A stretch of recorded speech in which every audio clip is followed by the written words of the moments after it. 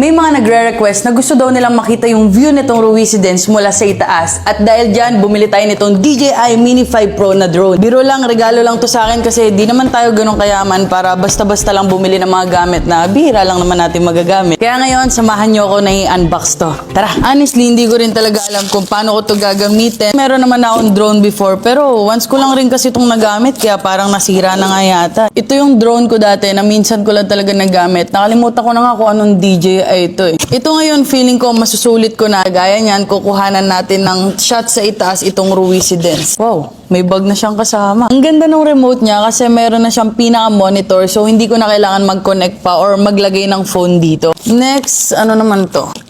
Yung pinaka-drone. Wow! Ang ganda.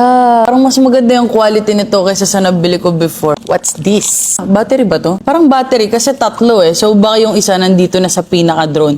Let's find out na lang mamaya. Ito na yung last piece na nandito sa bag. Meron dito mga spare na LC para kapag nabali or naputol, meron agad pamalit. Tamang nood muna tayo ng tutorial kasi di ko talaga alam kung paano to papaganahin eh. Medyo na-stress ako ng konti. Press the power button to activate the aircraft battery.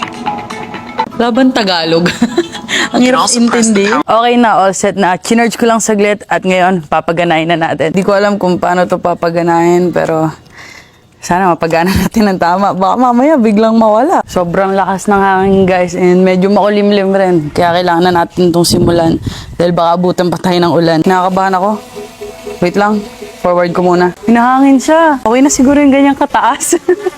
Baka mamaya bumagsak eh. Napalipad na natin guys at ipapakita ko na sa inyo itong buong Residence. Let's go!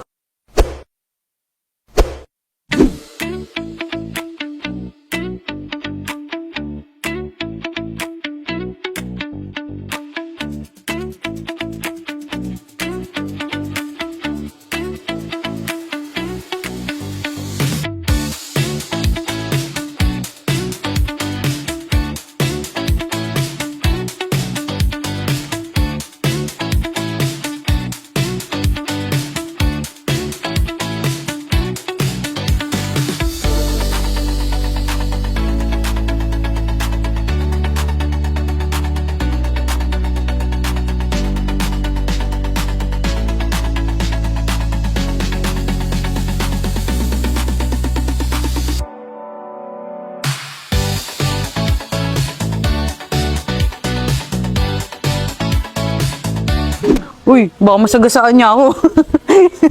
Wait lang. Oops! Wait lang. Yun guys, tapos na. Ang sarap sa pakiramdam kasi first time ko lang rin makita yung buong Residence sa ganong kataas na view. Nakakatuwa. Sa mga nagtatanong nga pala at ako curious kung gaano daw kalawak itong buong Residence, yung lot ng pinakabahay is 400 square meters. Yung lot naman na pangalawa ay 200 square meters. Ayan na, wala na akong utang sa inyo. Abangan nyo na lang yung next vlog natin dito sa Residence. First morning, first night, first car wash, first laundry, at kung ano-ano pang magiging first time experience natin dito.